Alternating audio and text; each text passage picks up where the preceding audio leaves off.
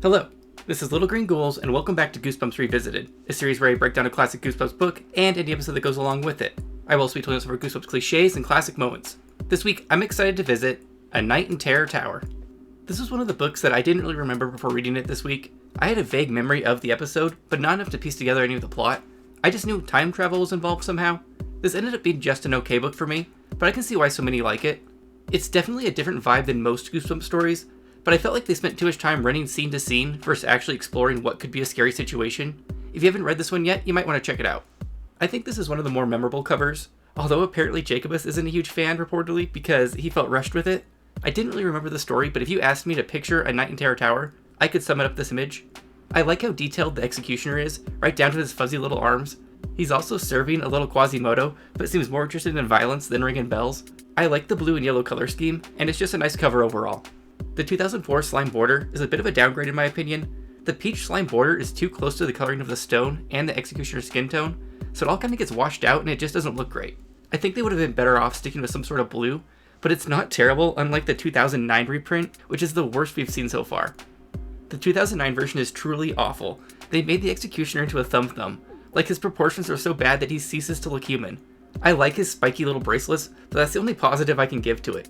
I think this cover just looks ridiculous. The man has no forearms. It's like his hands were growing out of bumpy little armpits or something. I want to know who signed off on this. It's so bad it feels like some form of protest. Was Scholastic overworking Brandon Dorman, and this was his way of fighting back? It's just terrible stuff. A Night in Terror Tower at least got its fair share of merchandise, which included an Executioner figurine, a Night in Terror Tower board game, which didn't seem to be as big a hit as the Horrorland one. It also had a microverse playset of Terror Tower, which I have a YouTube short coming out this Saturday on. There was also a figurine of the Grand High Executioner that you could paint, and Terror Tower even got its own pocket screen machine, which is always fun to see. It also had some of our more usual items like a lithograph, this doorknob hanger, which I've never really gotten the point of these things, and of course our usual Pog. Our front take says it's going to be an LONG night. I don't really get what was gained from spelling out the word long, but whatever. Our back take says all locked up and no place to go, which is of course a play on the phrase all dressed up and no place to go. I like it the most when the tags are just weird references to other common phrases. Okay, before we get into the summary, let's read the blurb on the back. Sue and her brother Eddie are visiting London when they run into a little problem. They can't find their tour group. Still, there's no reason to panic. No way their tour guide would just leave them, all alone, in a gloomy old prison tower. No way they get locked inside, after dark, with those eerie sounds, and a strange dark figure who wants them dead. Okay, now that we're done with that, let's get into the summary. The book opens with our introduction to Sue and Eddie, siblings who are currently bickering about entering Terror Tower. Eddie's the younger brother, and he's afraid to enter, even though he knows logically it's just a tourist attraction, but he can't get past that they actually used to torture people here. Sue just wants to head inside at this point because she's getting tired after a long day of sightseeing. Their parents are attending a conference in London, and in order to keep the kids occupied, they signed them up for a tour group and sent them on their way. So far this tour has included the British Museum, a ride on a red double-decker bus, Harrods department store, Westminster Abbey, Trafalgar Square, and has finally now reached Terror Tower. I just realized why I keep getting tongue-tied with Terror Tower is because I want to say Tower of Terror, my favorite ride at Disney World's Hollywood Studios.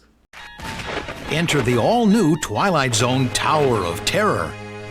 Rising to the occasion of our 25th birthday, it's now twice the fright it was before. Thanks to a hair-raising new double drop. Travel to the height of fright in a haunted freight elevator for a gut-wrenching, faster-than-gravity freefall. Then, rocket back to the top of the shaft and do it again.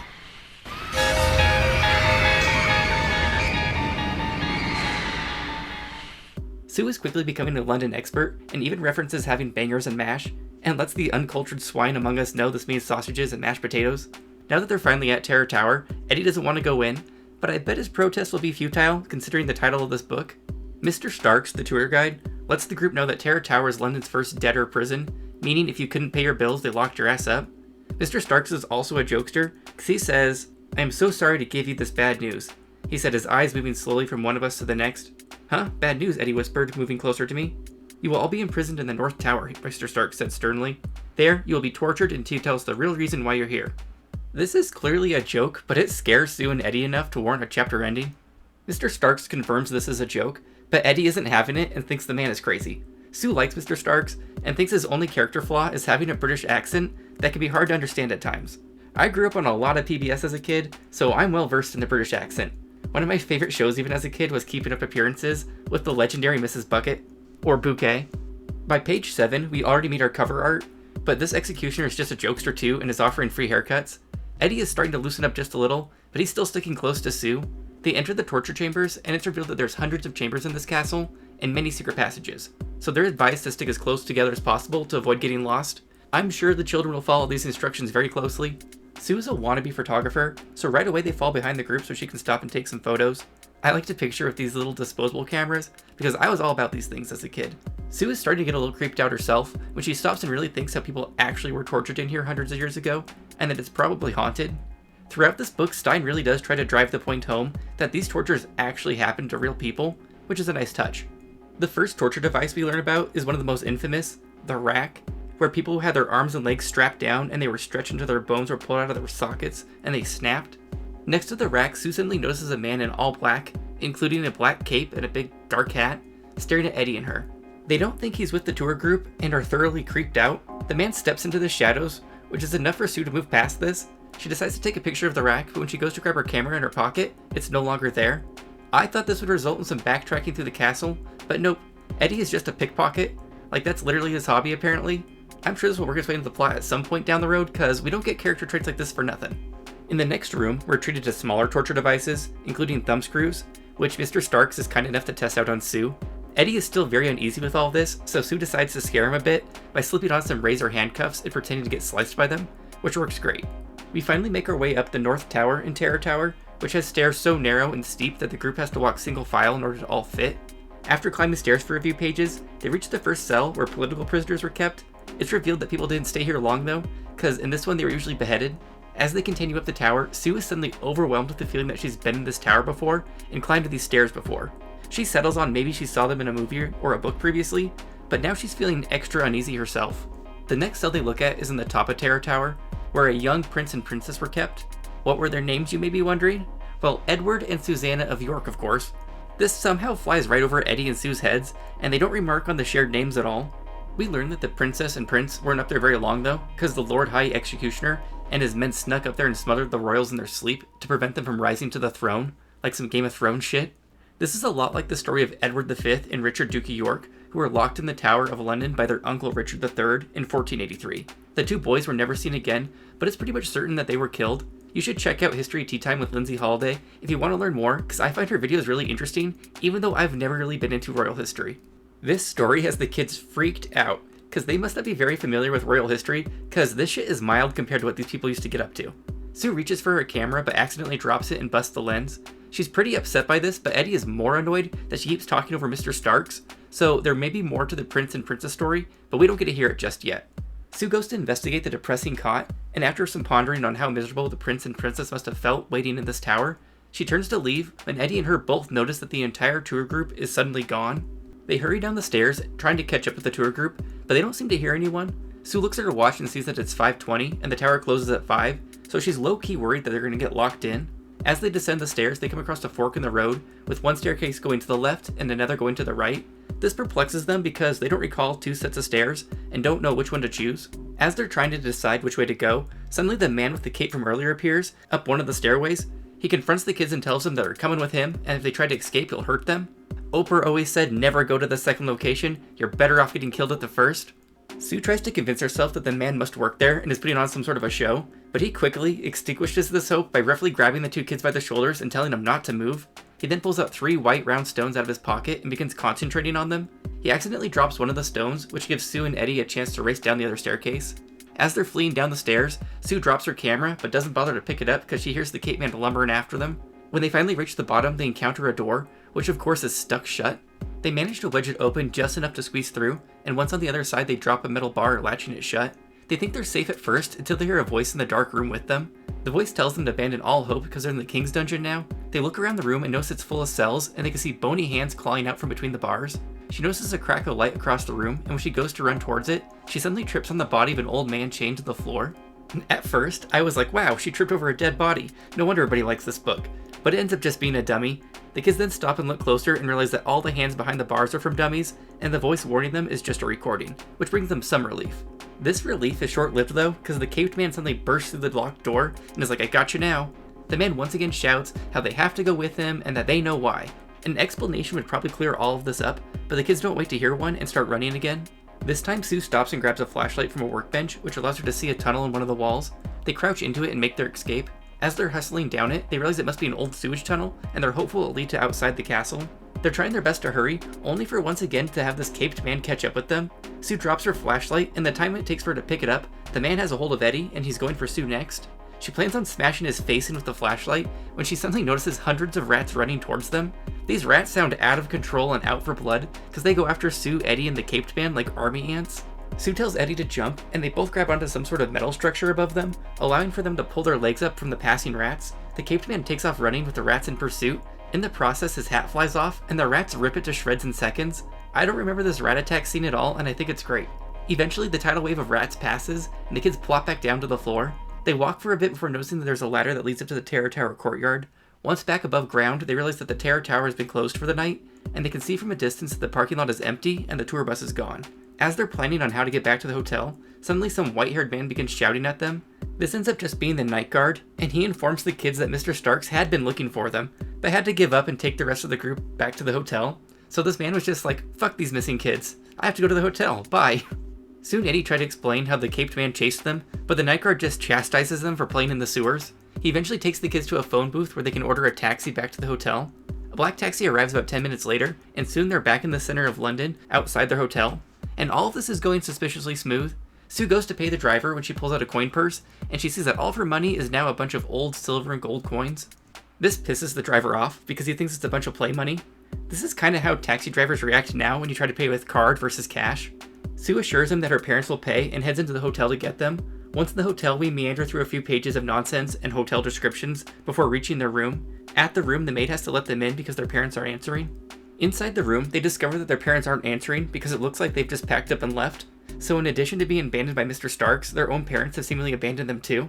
They go to the front desk to try to figure out where their parents are, but they realize they know nothing about what the conference is for, and only tell the front desk that their parents are attending the big meeting.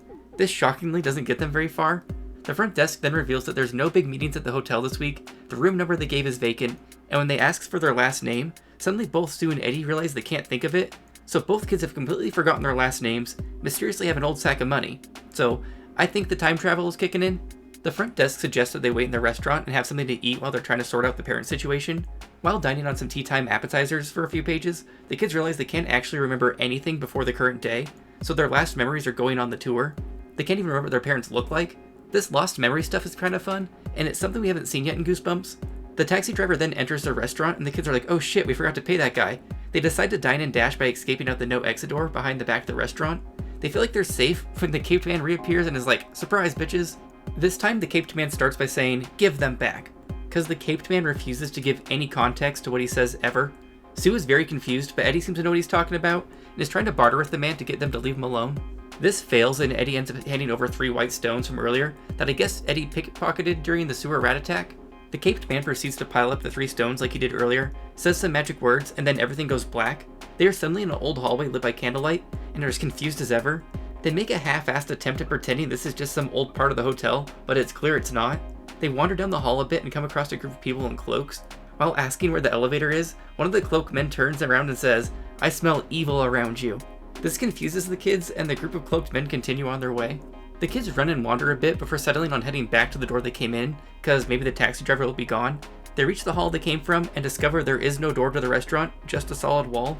I'm on page 80, and I'm kind of struggling to see what everybody loves about this book. I'm finding it a bit on the dull side if I'm honest. They continue to wander and be confused. This time they come across a banquet hall and notice that everybody is dressed in elaborate costumes, dining on an entire deer that's being spit roasted. Eddie is extra horrified to see that everybody is eating with their hands.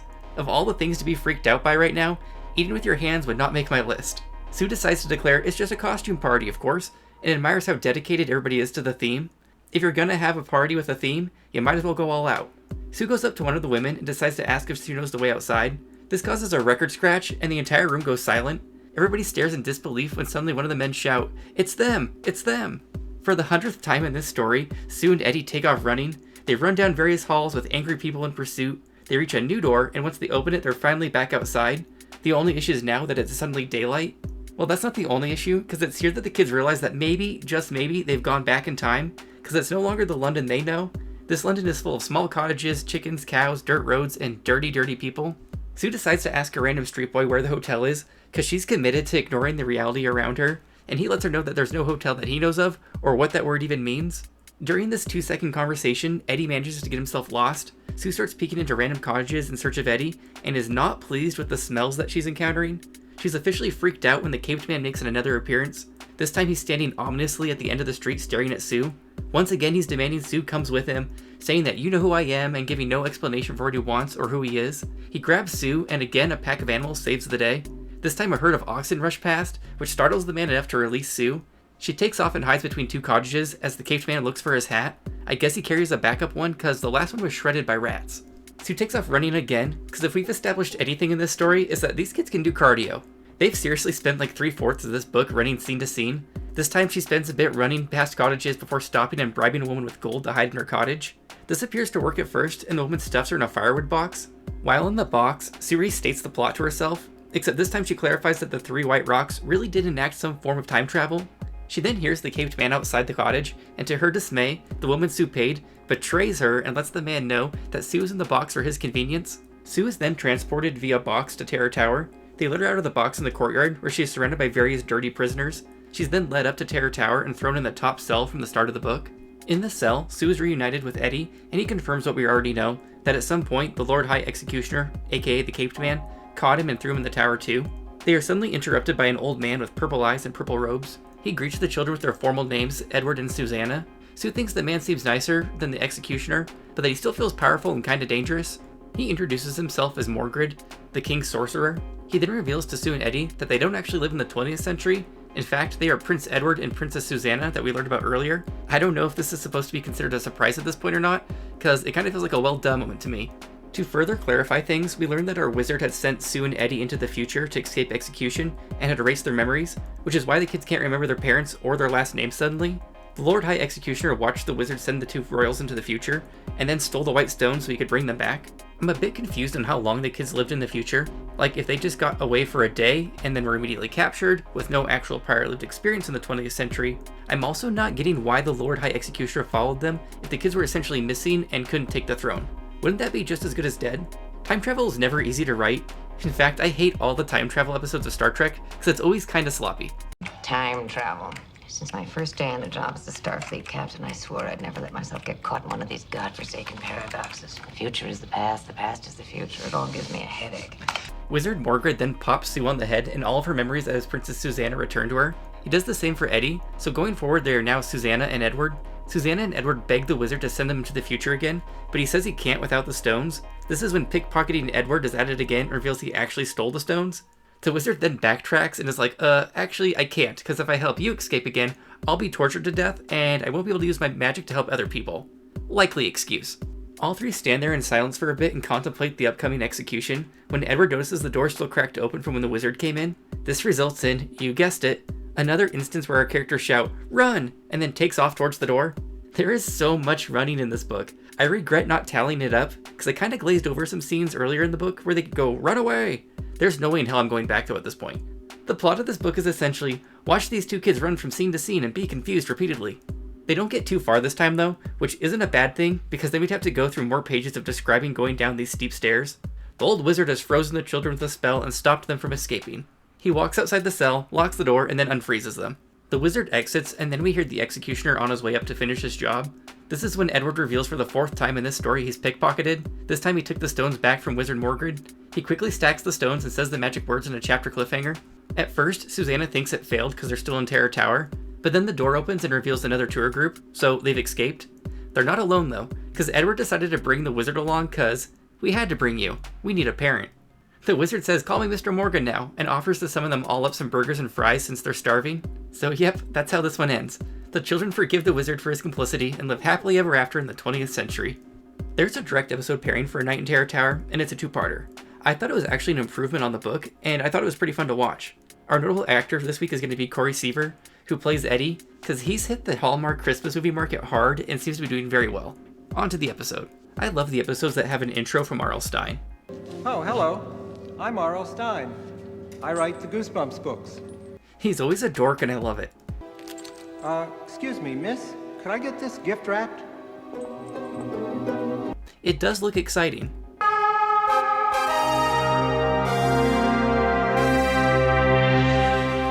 This version has ghosts. Go back! Go back! Run for your life! You're doomed! This scene is definitely more threatening than it read in the book. You will be tortured until you tell us the real reason you chose to come here.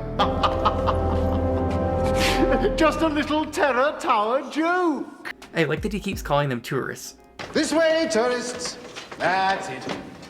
Don't dawdle, tourists. Keep moving. I think this story translates better to TV so far.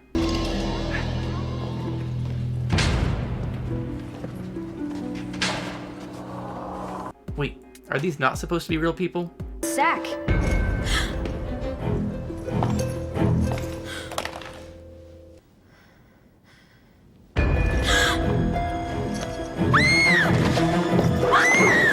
The wax figure element adds more to the creepy factor for sure. Only wax.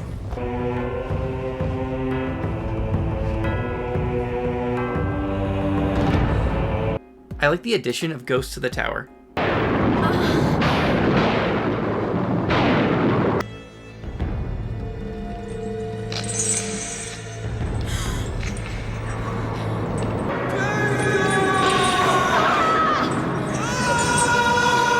The High Lord Executioner does a nice job of being creepy. Hey, cut it out! You know why I'm here. Let go of him! Cut it out! Leave us alone! Now! This is some 2005 House of Wax shit. To the king's dungeon. Abandon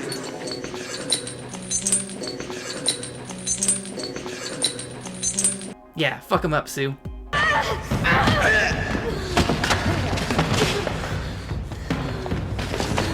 Bats versus rats works too.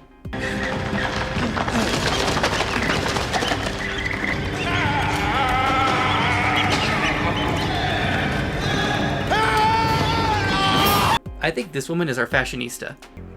Do you think it might be possible to check into this hotel sometime this evening? Yes, ma'am. This episode is just a good time.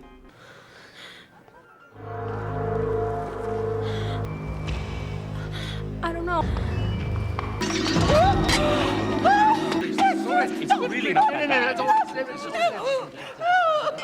Time travel. This is my kind of dinner. I think you probably smell some sort of way yourself, lady. I smell evil. Evil all around you. I like that they're locked away behind the garden lattice.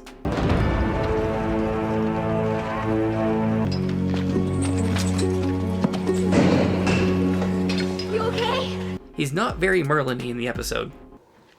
No. It's okay. My name is Margaret. I am the king's sorcerer. I always love a good hourglass.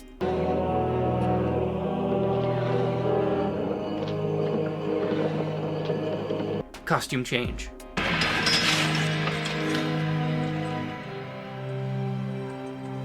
Now I remember. The last 10 minutes drag quite a bit, but this part is an improvement on the book too. Please! Please! Help me! Edward, be brave! Move it! The bed!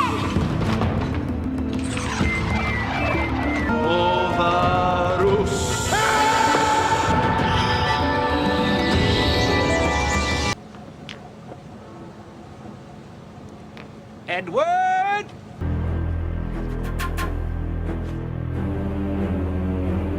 I wish Stein had done all of these intros and endings. How do we get out? Really, somebody help me. Let me out. Let me out of here. Overall, I thought A Night in Terror Tower was an enjoyable read with a cool concept that could have been executed a bit better.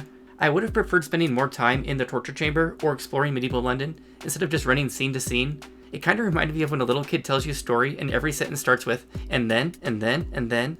I think the episode, which I thought was better, is probably why this book seems to have a stronger following. I'm going to give this one 3 out of 5 white magic stones. I just felt this one kind of fell flat. Okay, now on to our totals. A Night in Terror Tower didn't have any vomit, It's Only in Dreams, shoulder scares, asshole victims, or even any 90 moments, but it did have some pranks. We had just 3 It's a Prank Bros and A Night in Terror Tower. These included Mr. Stark threatening to torture the tour group, Eddie pickpocketing Sue's camera, and Sue pretending to get sliced by razor handcuffs. This brings our series total to 50 It's a Prank Bros. A Night in Terror Tower had a total of 11 chapter cliffhangers, and they were just okay throughout the book, lots of chapters ending with having to run away. This raises our Goosebumps total to 329. The clunky cliffhanger award for this book goes to chapters 1 and 2, where Eddie and Sue get scared by Mr. Stark's obvious tour joke. Shocker ending. Our big twist to this story really isn't at the end. We find out in the last few chapters about Sue and Eddie being princess and prince, so having them escape to the 20th century with the wizard isn't so much a twist as it is a relatively happy ending. This keeps our Goosebumps series total to 21. Well, that's it for A Night in Terror Tower. A decent read that I found myself just slightly let down by. The next book is Cuckoo Clock of Doom, which I know involves more time travel. It's actually an interesting choice on the publisher's part to put 2 time travel stories in a row. Let me know in the comments what you thought of A Night in Terror Tower. Was saying Edward versus Eddie and Susanna versus Sue enough to throw you off the twist? What era would you time travel to? And what did you think of my castle and vaguely related clips this week? Anyways, as always, thanks again for watching, and make sure you subscribe for the pride, the love,